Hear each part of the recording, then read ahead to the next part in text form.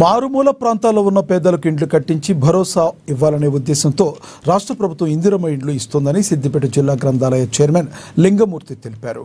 మల్చెరువు తండా పరిధిలోని గిరిజన తండాలో లబ్ధిదారుడు గుగులోత్తు రవీందర్ ఇందిరమ్మ ఇళ్లు నిర్మాణానికి ఆయన శంకుస్థాపన చేశారు.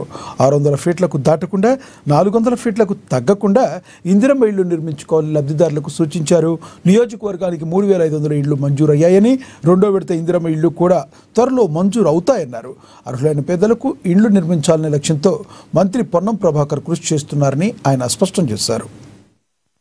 ఈరోజు మల్చెరుతండ గ్రామ పంచాయతీ పరిధిలో దుబ్బతండలో సోదరుడు గిరిజన సోదరులు భూమి పూజ చేసుకోవడం జరిగింది.